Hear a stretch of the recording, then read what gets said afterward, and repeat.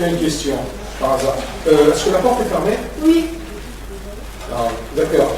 D'accord, il va l'ouvrir. Tu peux l'ouvrir, Christine?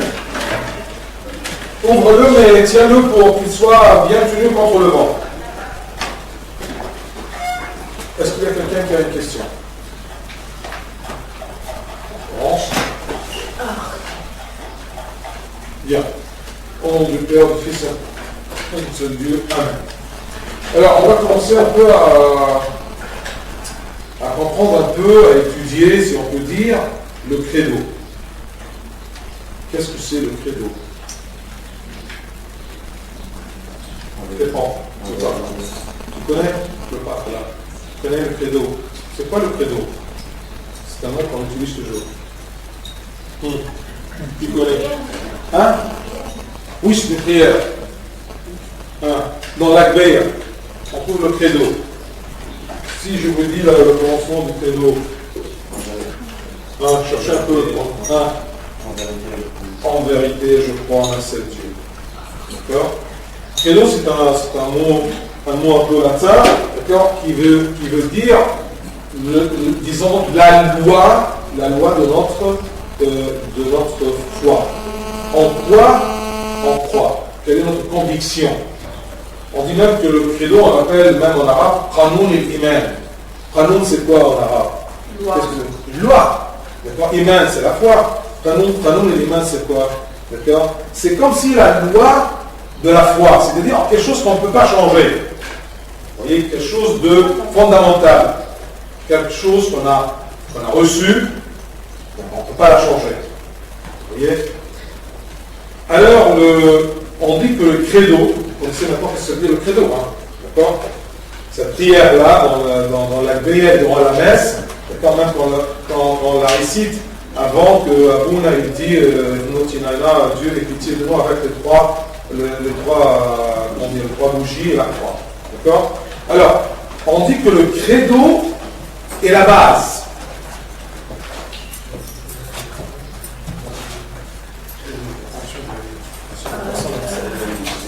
Bien ouvert la porte en passant. La deuxième porte. D'accord. Et c'est la porte. D'accord. Donc le credo est la base de notre chrétienté. On dit on est chrétien. Ah oui, bien. Mais quelle est notre conviction? À quoi on croit? Vous voyez? Qu'est-ce qui me fait chrétien? Quelles sont les idées que je suis? Mais attention, on dit toujours que la chrétienté, ce n'est pas un ensemble d'idées ou de conduite. Fais ça, tu ne fais pas ça, d'accord? Alors, tout simplement, avec ces œuvres-là, tu es un bon chrétien. Non, ce n'est pas ça. Mais la chrétienté, c'est un ensemble de vérités. Vous voyez, il y a des choses vraies dans lesquelles je crois, ou en laquelle je crois. Qu'est-ce que ça veut dire? Je m'explique. C'est comme, par exemple, il y a toujours, maintenant à l'Occident, une idée évidente et très raisonnable. Évidente et très raisonnable, mais pas biblique. Quelle est cette idée-là? Cette idée-là, c'est que Dieu va prendre tous les gens qui sont bons et honnêtes dans toutes les religions, il va les introduire au royaume des cieux. Je répète. D'accord? Si par exemple j'ai une personne bonne conduite, elle est honnête, ça ne fait pas du mal, d'accord, elle est sympa, d'accord, mais elle ne croit pas en Christ, d'accord, elle croit en notre Dieu à travers n'importe quelle religion, elle peut être admise par Dieu dans son royaume. C'est évident. Moi j'aime cette personne-là, je juge bien qu'elle est bonne, d'accord, elle est de bonne conduite, ben, ce n'est pas évident que Dieu la laisse tomber comme ça, parce que tout simplement, on n'a pas cru au Christ. D'accord? C'est faux, on ne peut pas l'accepter. On l'accepte par l'évidence, par la raison humaine. Mais on ne peut pas casser la parole de Dieu. Dieu n'a pas dit ça. Dieu a dit, celui qui n'a pas le Fils n'a pas le Père. Celui qui n'est pas né de l'eau et de l'esprit ne peut pas voir le royaume des cieux. On ne peut pas casser la parole de Dieu, d'accord, contre mon évidence ou l'évidence ou la raison. Ça ne marche pas. Ces gens-là qui pensent cette pensée-là, ou même toi quand tu penses cette évidence-là, que puisqu'on est bon, on ne peut pas périr, qui t'a dit ça? Où tu l'as trouvé? Est-ce que Dieu a dit ça?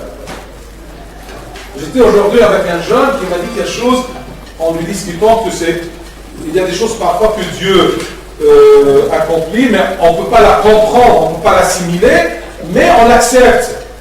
Alors quand il a réfléchissé, il m'a dit un terme que j'ai bien aimé.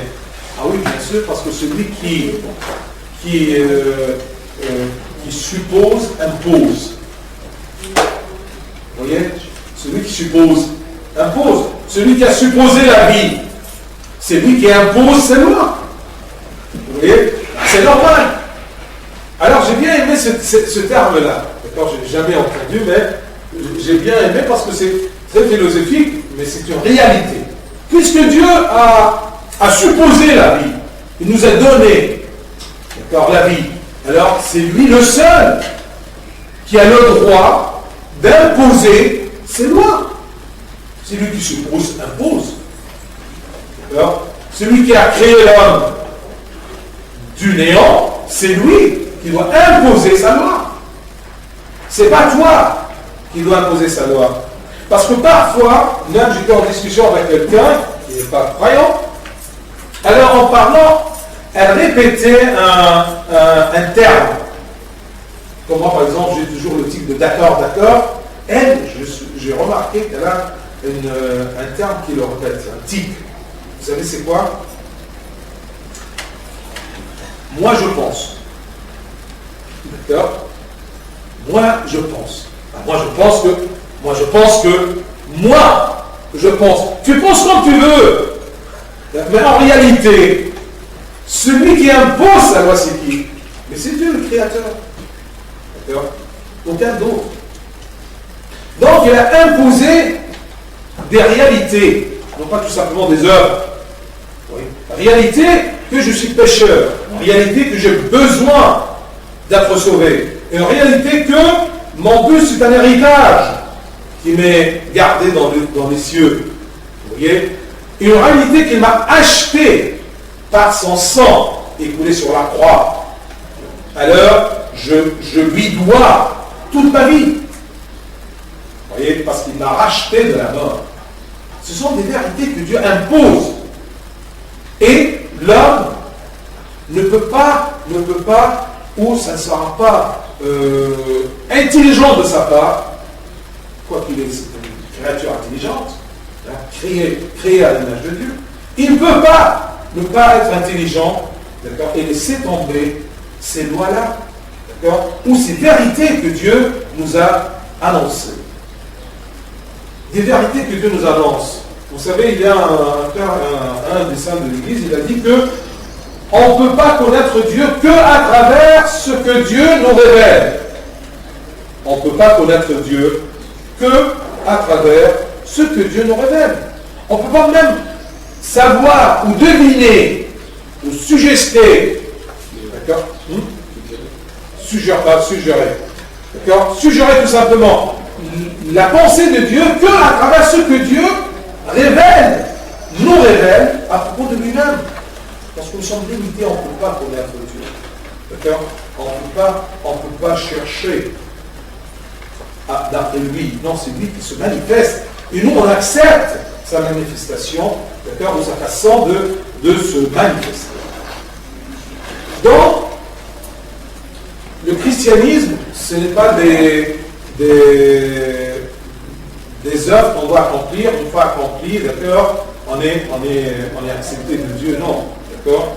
Ce n'est pas une façon, ce n'est pas tout simplement un rassemblement, une assemblée des gens qui savent comment se comporter. Non, ce sont des gens qui suivent et qui croient dans des réalités révélées par Dieu, qui nous a créés. Et il nous a imposé ces lois. Donc le credo est la base de notre doctrine chrétienne. Doctrine. Est-ce qu'il y a quelqu'un qui ne comprend pas le mot de doctrine? D'accord? Doctrine ou dogme, c'est-à-dire comment croire, comment voir ces vérités-là. Comment les comprendre, si je veux dire. D'accord? La doctrine, c'est la façon avec laquelle je pense à propos de Dieu. Et qui m'a fait cette doctrine-là? C'est Dieu qui l'a révélée. Si vous vous rappelez, d'accord? Le Christ, 40 jours, il était avec ses disciples, plus tout ce qu'il a fait durant sa vie. Il était 40 jours avec ses disciples après la résurrection. Il parlait à ses disciples à propos des choses concernant le royaume des cieux. 40 jours. Qu'est-ce qu'il disait? Sûrement, c'est cette doctrine-là.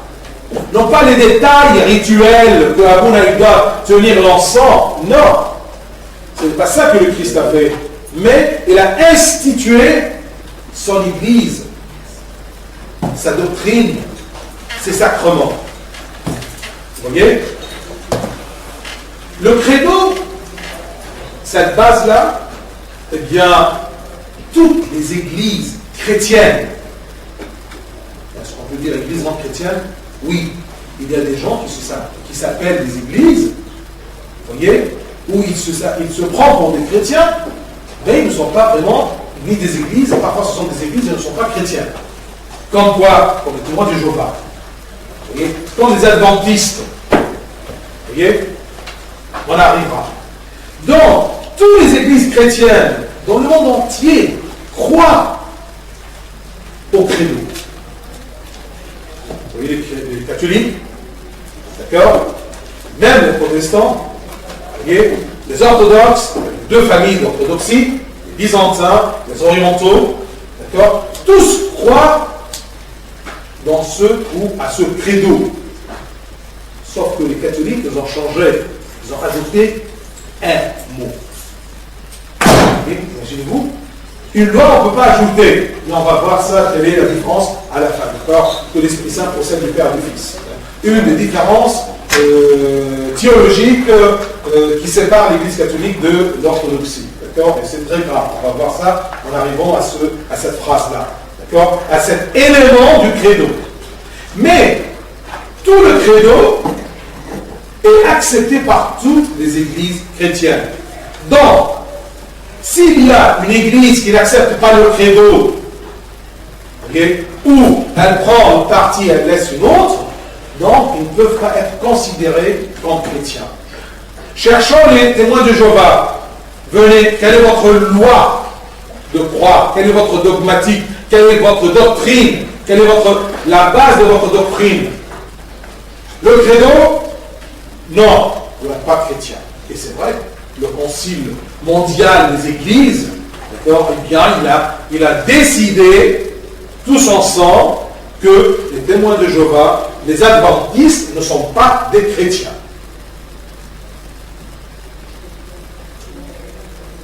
Donc l'importance de ce credo-là, ou la preuve de son importance, c'est que la plupart des églises l'utilisent, surtout nous les orthodoxes, on l'utilise toujours dans toutes nos prières. Toutes les prières des heures dans la prière, d'accord, vous avez le credo. Durant une messe, on récite le credo au moins 2 fois.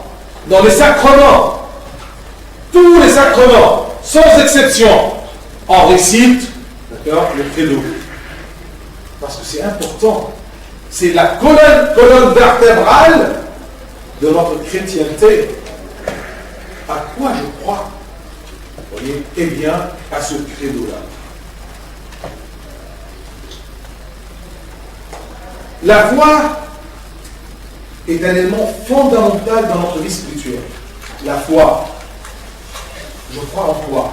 C'est un élément très fondamental dans notre vie spirituelle. Et non pas seulement dans la doctrine. La foi. Vous voyez? Ne dites pas que la foi, c'est une affaire pour les théologiens. Vous voyez? Mais si toi, infidèle de l'Église, tu n'as pas la foi, cet élément fondamental, tu ne peux pas avoir une vie spirituelle normale. D'accord? C'est comme exactement le corps humain. Imagine-toi que si tu n'as pas la colonne vertébrale, d'accord, je peux dire que tu es un être humain, d'accord, tu as un corps humain normal. Non. Vous voyez? Donc, ce n'est pas le credo ou la foi, ce n'est pas des choses qui concernent la connaissance et la doctrine tout simplement. D'accord? Où Dieu veut qu'on connaisse des choses. Non. Le credo ou la foi est très important pour la vie spirituelle. Est-ce que tu peux avoir une vie spirituelle sans avoir une foi? Sans croire dans ces vérités, d'accord, qui est importante et fondamentale pour ta vie spirituelle. Et la vie spirituelle, c'est quoi? Tout ce qui concerne la vie et l'âme de l'homme. D'accord? Non pas la vie terrestre, mais la vie céleste. C'est ça ce qui est spirituel. Si tu ne crois pas qu'il y a une résurrection de mort, comment tu veux faire ou lutter spirituellement pour ne pas perdre le royaume? Si tu ne crois pas à ce que le Christ a fait comme salut sur la croix, comment tu vas vivre ta vie spirituelle en regardant la croix et en se rappelant de tes péchés qui ont poussé le Christ, d'accord, à supporter tout ceci? Vous voyez toute la vie spirituelle. S'il n'y a pas l'élément de la foi, la croyance dans des vérités que Dieu nous a révélées, on ne peut pas avoir une vie spirituelle. D'accord? On aura une vie spirituelle tordue, loin de la vérité. Vous voyez? Comme dans des autres religions, il y a, comme le bouddhisme par exemple, est-ce qu'ils ont un Dieu? Point d'interrogation. Mais ils ont une vie spirituelle. Mais leur vie spirituelle est complètement loin de ce qui est vrai, parce qu'il n'y a qu'une seule vérité. Nous les chrétiens, regardez votre langage, nous les chrétiens on dit que nous avons la vérité. Parce que notre Christ nous a dit, tout simplement, je suis la vérité, le chemin, la vie. Est-ce que vous y croyez? Donc, si vous ne croyez pas, vous ne pouvez pas vivre une vie spirituelle. Comment vous allez suivre ce que le Christ dit si vous n'avez pas la foi dans ce qu'il vient de dire? Je suis le chemin, la vérité, je suis la vie. Donc la foi, c'est un élément fondamental. Vous voyez, pour la vie spirituelle, on ne peut pas avoir une spiritualité sans une foi. Et une foi droite. Une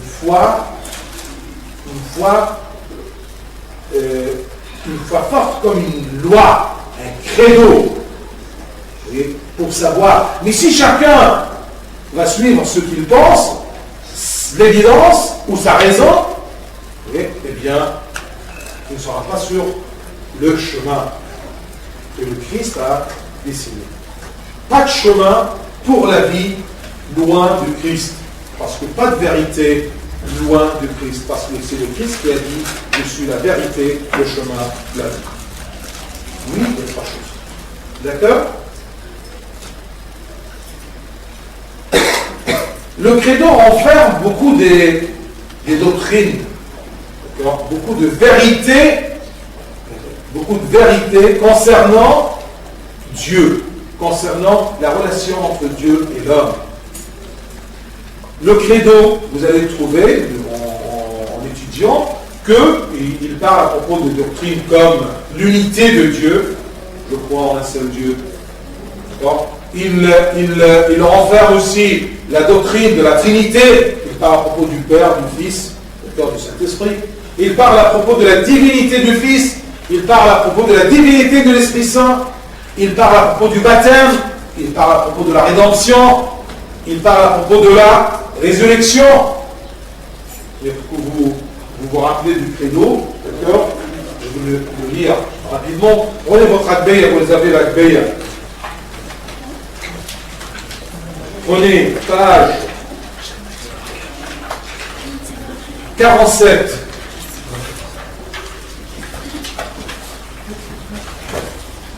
Le credo en français.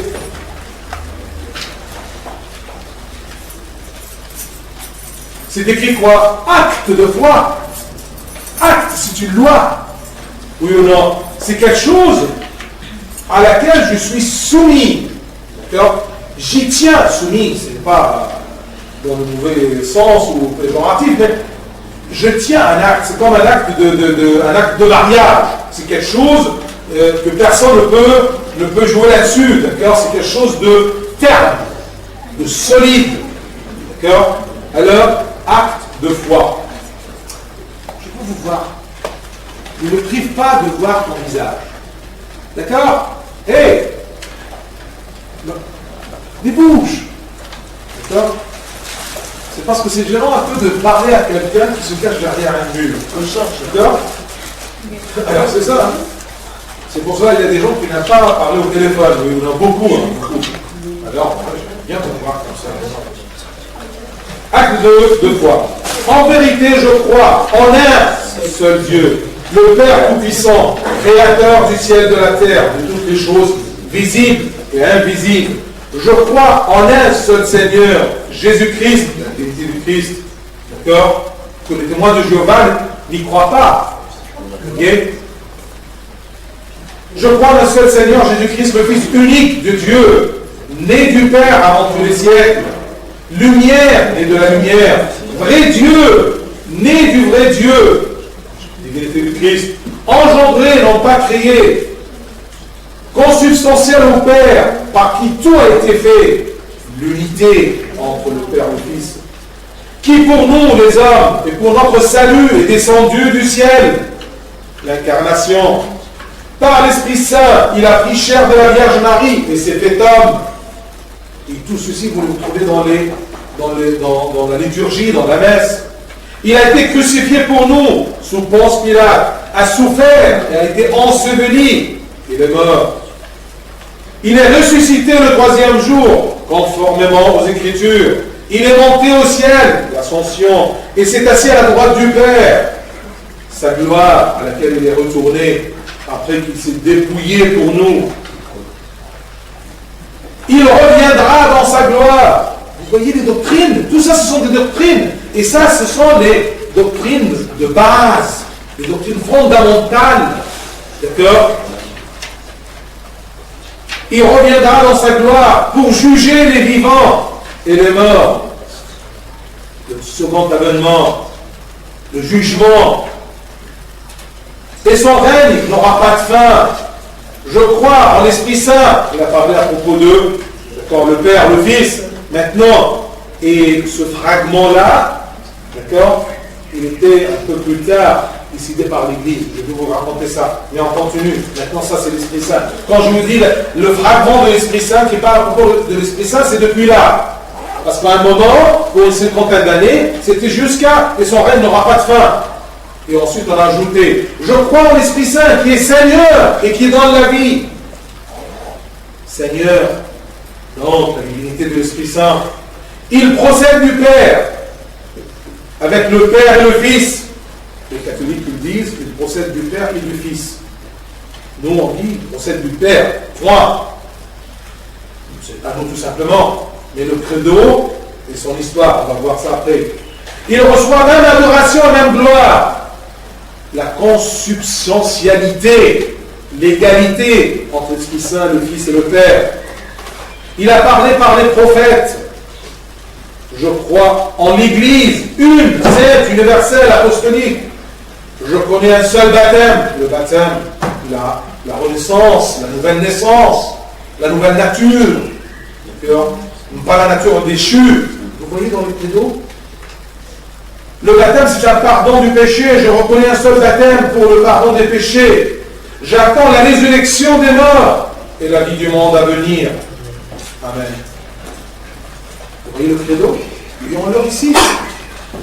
Et on a eu toujours l'habitude dans les églises, il y a quelques années, quand on dit notre Père ou le credo, l'acte de foi, en réciter rapidement. C'est comme en vérité, je crois en celle de Dieu.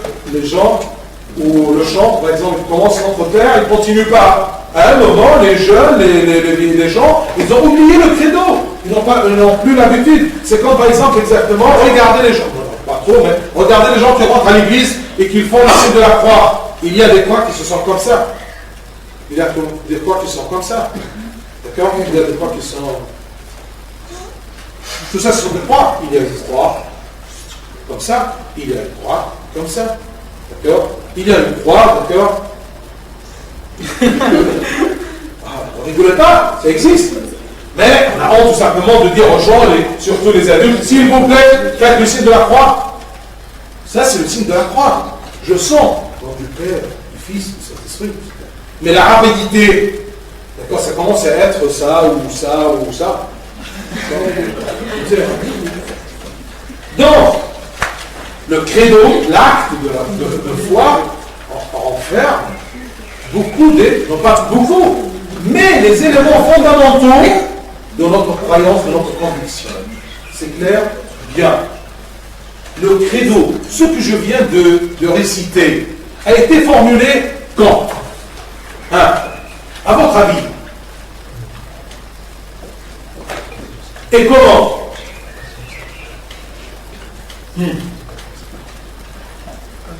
Le temps de Christ, il est assis, il a dit ce credo.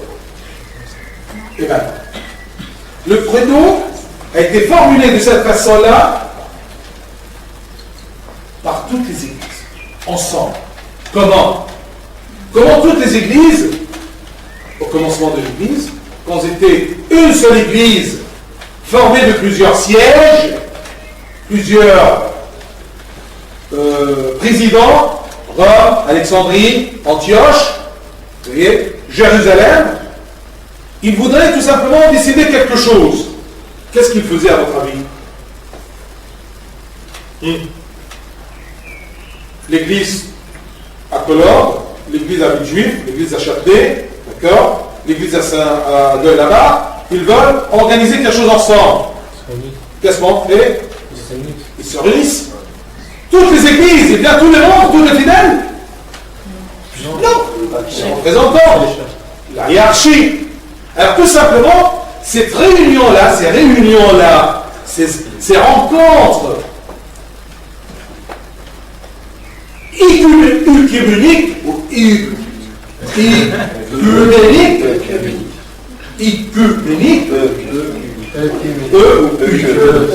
oui, alors je le prends en anglais, œcuménique. D'accord, c'est œcuménique. D'accord, ça veut dire quoi? C'est universel. C'est-à-dire, tous les points du monde se réunissent. Et cette réunion-là, on l'appelle synode. D'accord? On l'appelle synode. D'accord? Œcuménique. D'accord? Le premier synode œcuménique était l'année combien? 325. 325, c'est-à-dire 300 ans ou 3 siècles après Jésus-Christ, à peu près. D'accord? Et pourquoi ils ont attendu tout ceci jusqu'à qu'ils se ressemblent pour rédiger ce credo? C'est parce que, un peu plus tard, après le Christ, une hérésie est apparue. Une hérésie, c'est-à-dire quoi? De l'intérieur de l'Église, on a eu une nouvelle idée. D'accord? C'est comme à la maison, maman, d'accord, quoi? D'accord, je veux descendre. Je veux partir. D'accord? Alors, tout simplement, à l'intérieur de l'Église, on a une hérésie. Hérésie, c'est-à-dire quelque chose, une doctrine qui est contre les vérités que Dieu a révélées à propos de lui-même. On ne peut pas l'accepter au sein de l'Église. Comme par exemple, écoutez, le Père n'est pas égal au Fils. Alors ça c'est une hérésie. Parce que le Christ a dit, d'accord, moi et le Père nous sommes un. D'accord, tout ce qu'il a, le Père, je l'ai. Vous voyez, celui qui m'a vu a vu le Père. Alors on ne peut pas dire, monsieur, désolé, ce que tu viens de dire c'est une hérésie. D'accord, on ne peut pas l'accepter au sein de l'Église. Alors, en 325, à Nicée, des représentants de toutes les églises, dans tout le monde, c'était écuménical, ils se sont réunis à Nicée l'année 325. Et ils ont rédigé ce credo-là. À cause de quoi? Parce qu'il y avait une hérésie de Arien. Arien, c'était un homme religieux, d'accord, d'une des églises. Vous voyez? Il a eu une idée, mais qui n'est pas acceptée. Alors, toutes les églises sont réunies à Nicée pour réfuter cette hérésie arienne. Et l'ensemble de cette hérésie, c'était quoi? En un seul mot, c'était tout simplement cette hérésie où ce arien, ce personnage, a nié la divinité du Christ. Pourquoi ce Christ? Mais il avait de l'influence. Alors tout simplement, c'est quand par exemple il y a un problème qui surgit. Alors qu'est-ce qu'il fait le Premier ministre? Il rassemble ses collègues, d'accord, tous les ministres, et il commence à rédiger une loi, par exemple, d'accord, couvre-feu les soirs. Hein? Vous voyez? Il y avait une hérésie arienne. 325 ont décidé de réfuter cette hérésie-là qui niait la divinité du Christ. Ouais. Il s'est basé sur quoi pour dire des arguments? Peut-être, non, peut-être.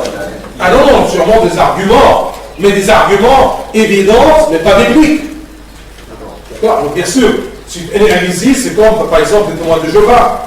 D'accord? On peut se parler, ou même le protestantisme, d'accord, il commence à s'égarer comment? En prenant un verset, d'accord? Par exemple, il se base sur un verset, mais mal interprété. Vous voyez? Quand par exemple le protestantisme, il dit, il y a un verset qui dit, crois simplement, tu seras sauvé. Alors tout simplement, il coupe de tout le contexte, d'accord? Crois et tu seras sauvé. D'accord? C'est Saint-Pierre qui a dit ça à Cornelius, d'accord, un des personnages. Il dit, c'est écrit. Et il commence à argumenter son idée en se basant sur ce verset. Ce verset est là, mais il n'a pas bien interprété la Bible. C'est pour cela qu'on dit que les témoins de Jéhovah, entre guillemets, ils ont une Bible pareille que la nôtre, mais en vérité, elle n'est pas très pareille. Ils ont changé beaucoup de traductions à l'intérieur. Vous voyez? Nous, les protestants, nous avons la même Bible. Mais tout simplement, notre façon orthodoxe, traditionnelle d'interpréter est complètement différente que la leur. Vous voyez? C'est comme par exemple, crois et tu seras sauvé. Alors, il nous dit, mais où est le baptême dans ce verset? Donc le baptême n'est pas une nécessité pour le salut. C'est écrit, crois tout simplement. Crois en Christ et tu seras sauvé. Alors, ici, on cherche ailleurs un autre verset. Alors, c'est écrit, celui qui croit et qui sera baptisé sera sauvé. Allez baptiser au nom du Père, du Fils, Saint-Esprit. Alors, pourquoi il y a le baptême? Nicodème, quand il a posé la question, d'accord, au Christ, qu'est-ce que je dois faire pour être sauvé? Il nous l'a dit, en vérité, je te le dis, d'accord, celui qui n'est pas né de l'eau et de l'esprit ne peut pas voir le royaume des cieux. Vous voyez alors des arguments plus forts que tout simplement prendre crois et tu seras sauvé. C'est comme exactement, je vous dis toujours cet exemple, c'est comme je te dis étudie bien et tu réussiras. Mais entre les deux, il y a beaucoup de choses. Tu dois bien organiser ton travail, tu dois bien comprendre les questions à l'examen, tu dois bien te préparer la veille pour l'examen, d'accord? Tu dois te reposer pour être concentré, bien concentré à l'examen, d'accord? Tu dois écrire avec une belle écriture pour que le correcteur comprenne ce que tu as griffé là-dessus, d'accord? Oui ou non? Mais tout peut rentrer dans Zakir Tenga. Ah oui, mais il y a beaucoup de choses entre les deux. Mais si tu restes à la maison et tu étudies, tu passeras. Non, ça ne marche pas. Sous-entendu, il y a beaucoup de choses. Oui ou non? Alors, bien sûr, l'interprétation d'après les pères de l'Église, c'est tout simplement, oui, crois. Et si tu crois, tu seras sauvé. Pourquoi? Parce que le moment où tu vas croire, tu vas suivre le chemin de Dieu. Et tout le rituel Tu vas croire que tu as besoin du salut, tu vas croire que tu dois être né de nouveau, engendré, avoir une nouvelle vie, une nouvelle nature, à travers le baptême, mourir et ressusciter avec le Christ. Et c'est ça le baptême. Vous voyez? Mais on ne peut pas suivre toutes ces choses-là que si je crois d'abord que j'ai besoin du Christ, d'accord, et que le Christ est mon sauveur. Le Christ m'a sauvé. Alors je crois à ça, je me dirige vers le Christ pour voir comment il m'a sauvé et qu'est-ce qu'il me demande pour être sauvé. Et à ce moment, je serai sauvé, si je crois. D'accord? Donc le credo a été formulé 325, 3, 2, 5, à Nicée, une ville, où il y avait un concile, et maintenant concile vous comprenez, ou un concile ou un synode, d'accord, disons un concile, vous voyez, œcuménique. C'est clair? Qui de l'église copte d'Alexandrie était représentant de l'église copte dans ce concile-là, ou ce synode? À votre avis? C'est que le patriarche. De ce temps-là, de l'année 325, avec un diacre. Ils sont allés, tout simplement, pour participer à la réfutation de cette hérésie. Et comme conséquence, ils ont rédigé ce credo-là. Alors, ce patriarche était quoi? C'était qui? Il s'appelle le pape Alexandre. Alexandros. Alexandre. D'accord? Notre patriarche maintenant, le pape Jules III, son nombre, après sa marque, c'est le combien des patriarches? 117. Alors ce patriarche Alexandros ou Alexandre, d'accord, était le 19e.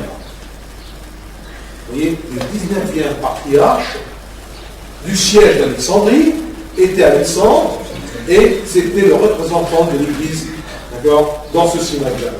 Et il était accompagné par un diacre, qui est devenu après ça, vous voyez, un autre patriarche. Ce diacre-là, c'était qui? C'était Athanase, qui est devenu le patriarche Athanasios ou Athanase. C'est clair? C'est ça le credo. 325. Depuis 325 jusqu'à maintenant, vous voyez, 17 siècles. Eh bien, on récitait toujours et on se basait toujours sur ce credo. Quand ils ont rédigé ce credo, 325, 50 années plus tard, il y a eu une nouvelle hérésie qui vise cette fois-ci non pas la divinité de Christ, Ariel, mais c'était un autre qui s'appelait Mardonios, qui a fait engendrer dans l'Église une hérésie qui nie la divinité de l'Esprit Saint. Oui, le Père, le Fils, mais l'Esprit Saint, non, ce n'est pas un Dieu. Mais c'est quoi les détails? C'est pas mon rôle ici, d'accord, de faire répandre l'hérésie, parce que tout simplement dire les détails d'une hérésie, d'accord, c'est l'importer parmi les gens. Vous voyez? Mais au lieu de présenter l'hérésie, on présente, d'accord, la réfutation, la deuxième partie du credo, depuis nous croyons dans le Saint-Esprit et ainsi de suite. Alors c'était dans quelle année? Eh bien, c'était 380. Et ça, c'est la date du deuxième concile œcuménique. Qu'est-ce que c'est le concile œcuménique? Toutes les églises se rassemblent ensemble par des représentants, normalement le patriarche et un accompagnant ou deux, et ils rédigent, ils formulent, vous voyez, une réfutation pour réfuter l'hérésie qui paraissent. Donc, le credo, on a passé 325 ans, ce credo-là, ou cet acte de foi, était dans le cœur des gens. À un moment, on a eu besoin que ce soit rédigé, et clair et net, et précisé. 325, on a fait tout le credo, l'acte de la foi. Vous voyez? Compléter l'année 325. 380, durant le concile de Constantinople. D'accord? C'est clair le credo? Introduction. Est-ce que vous avez des questions?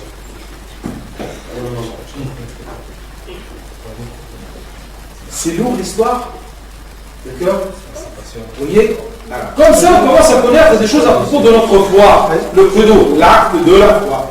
Oui, Georges, qu'est-ce que tu veux? Elle a été fondée quand l'église copte? Pardon? Quand est-ce qu'elle a été fondée l'église copte? Juste après. Fondée.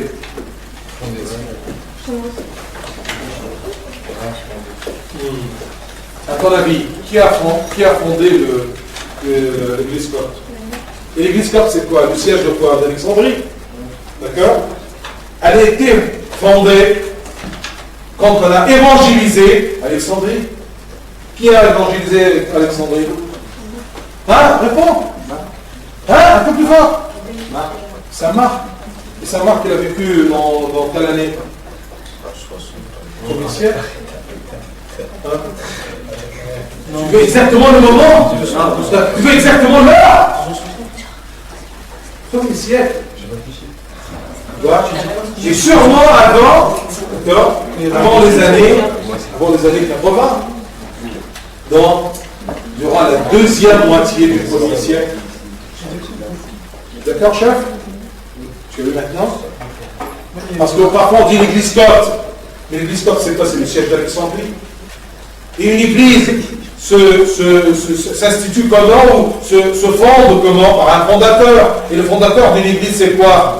Il vient pour construire l'église? Non, il commence à prêcher la foi chrétienne parmi les gens, les habitants. C'est ce qui a fait Saint Marc. D'accord? Et de l'autre bout du monde, Rome, elle était évangélisée, le siège de, comment dire, le siège de Rome était fondé quand? Pareil, c'est pareil. Deuxième moitié du 1er siècle. Alors, la première église, la plus ancienne église, a été fondée où et quand? Hein? À Jérusalem, c'est évident. Le Christ était où? D'accord? À Jérusalem. Après la mort du... Pas non.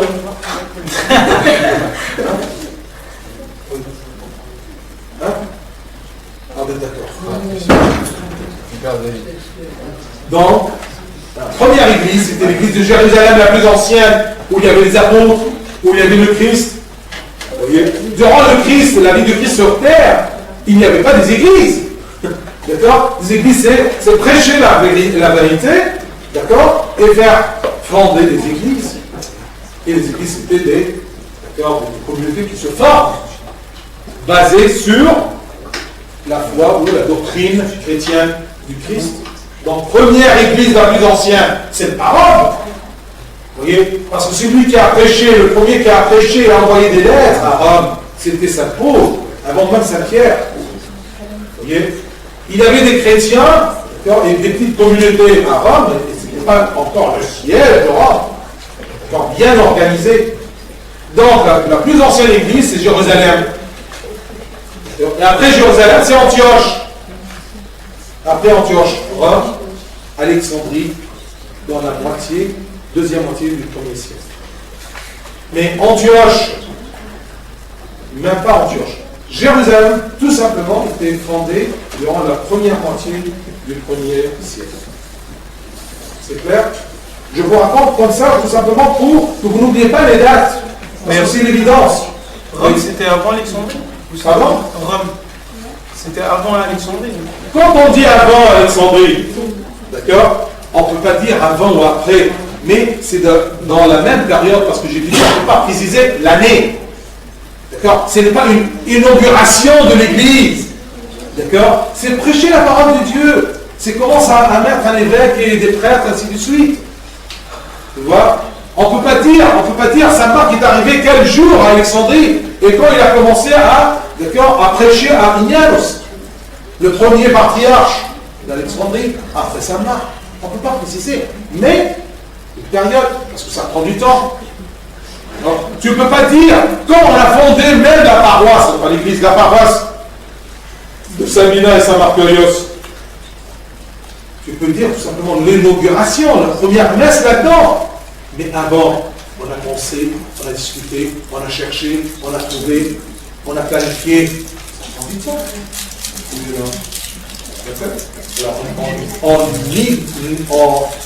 On n'inaugure pas une communauté, d'accord, dans l'église primitive, mais ça vient comme ça un peu.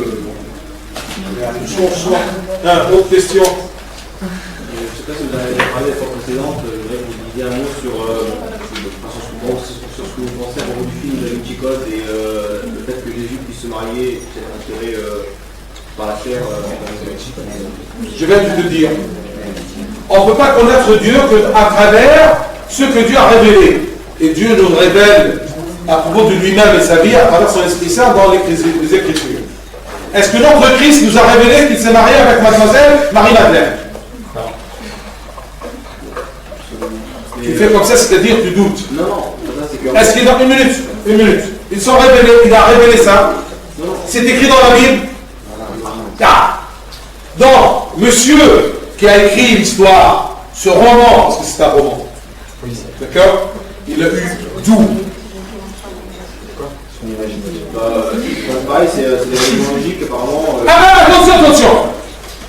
Dans l'histoire, tu ne peux pas dire c'est logique, ou bien il se base sur des livres, des écritures ou une tradition. Justement, c'est ça le problème, c'est que dans la Bible, c'est bien clair que Jésus a un aspect humain entièrement. Et s'il a un aspect humain entièrement, pourquoi est-ce qu'il ne serait pas attiré par la chair? Exactement, parce que s'il était attiré par la chair, d'accord, c'est un être humain, d'accord, avec le péché, avec la faiblesse, d'accord, inconscient. Le Christ avait une humanité semblable à la nôtre et complète, sauf le péché. Mon Dieu, pas toi, c'est monsieur David Chico, là, celui qui a écrit David. J'ai bien aimé le patriarche qu'on a dit à la fin, d'accord, qui dit ce qu'ils disent. Est-ce que c'est ce film-là qui va écraser le christianisme?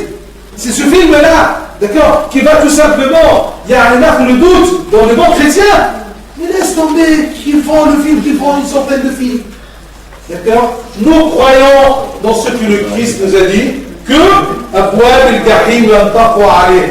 l'Église, d'accord, le portail de l'enfer, d'accord, ça ne sera pas fermé en face de l'Église. Elle ouvre tout ça.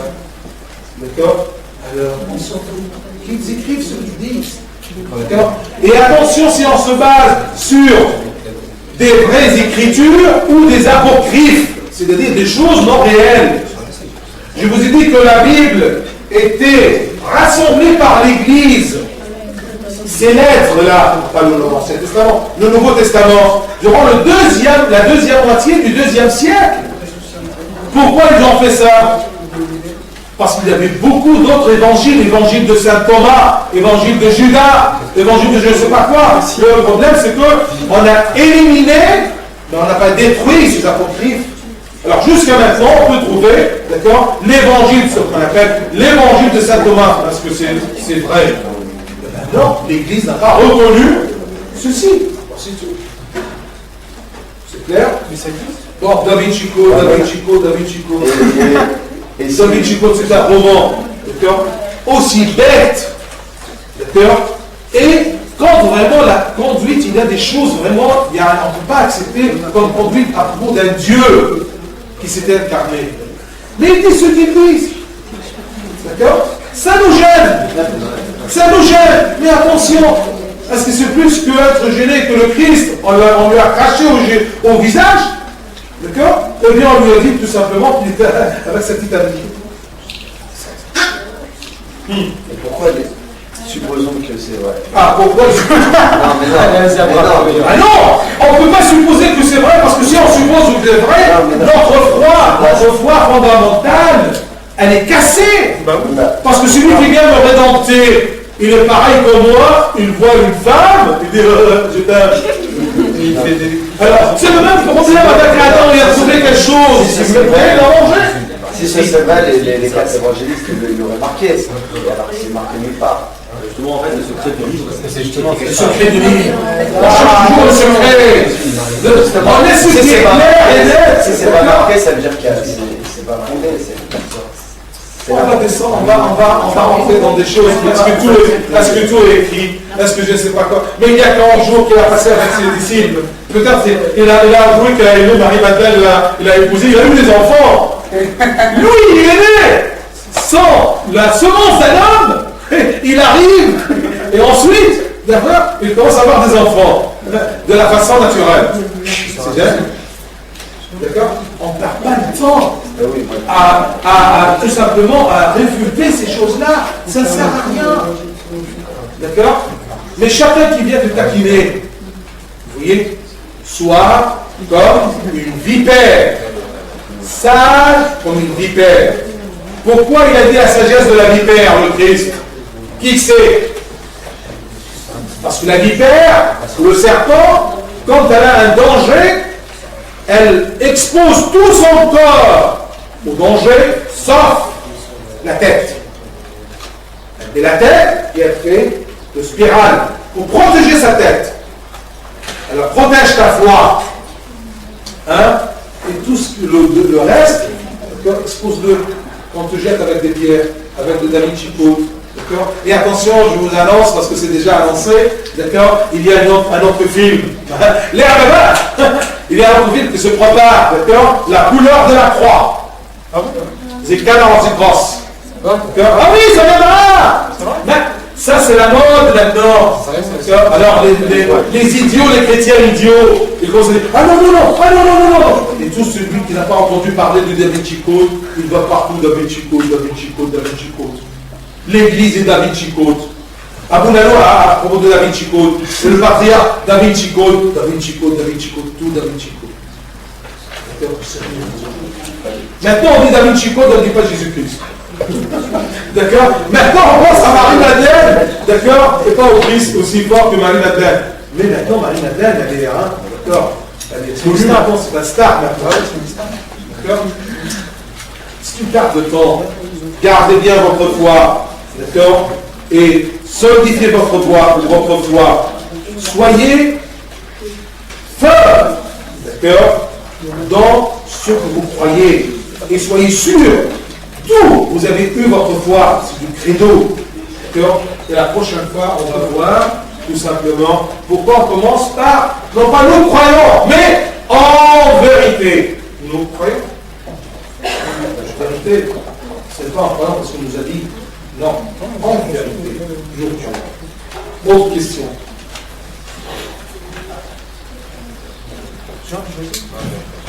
Parfois, Abraham, attention, parce que parfois quand on veut défendre une réalité, on tombe dans une hérésie.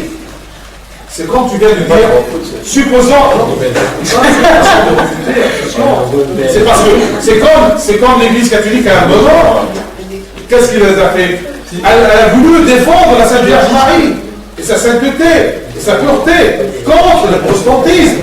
Elle a exagéré jusqu'au point, d'accord, de dire qu'elle est née, d'accord, sans péché. Tu vois? Alors on dit toujours que l'orthodoxie, c'est le chemin du milieu. Et c'est écrit que le chemin du milieu a sauvé plusieurs. D'accord? Ni l'extrême droite catholique, ni l'extrême gauche protestant. C'est l'orthodoxie. Ouais, c'est l'orthodoxe. D'accord? Pas extrême. Alors, ne défends pas quelque chose, d'accord, très fort d'une façon fausse, et tu tombes dans une hérésie. D'accord? C'est pour cela que Saint Paul il a dit, d'accord, le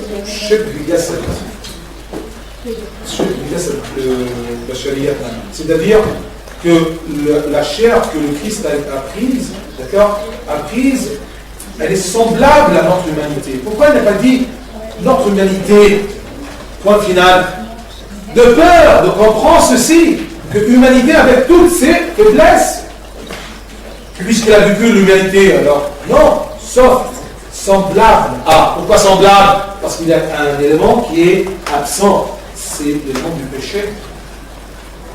Tu vois?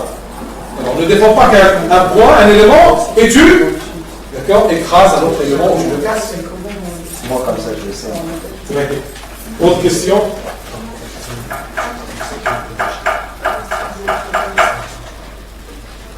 Bien. Je ne peux pas dire plus que ça aujourd'hui parce que sinon il y a les amateurs de foot, ils en perdent beaucoup de choses. Qu'est-ce que tu veux?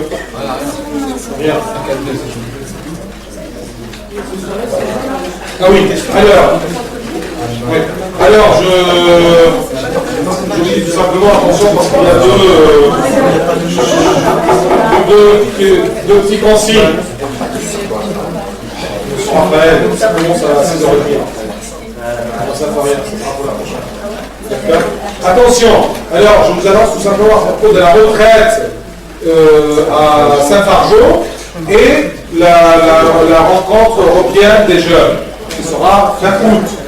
Alors, commençons par juillet, ça sera le 8 et le 9, samedi 8 et dimanche 9 à Saint-Fargeau.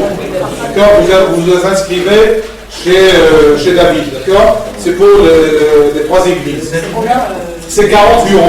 D'accord, inclut tout, hein. Les déplacements, loisirs, tout c'est écrit sur France Corp que vous pouvez voir, et sur le forum de Saint-Paul. D'accord, donc? Ensuite, pour la réunion des jeunes en Europe, ça sera en Autriche. Ça sera fin août. Tu as des dates?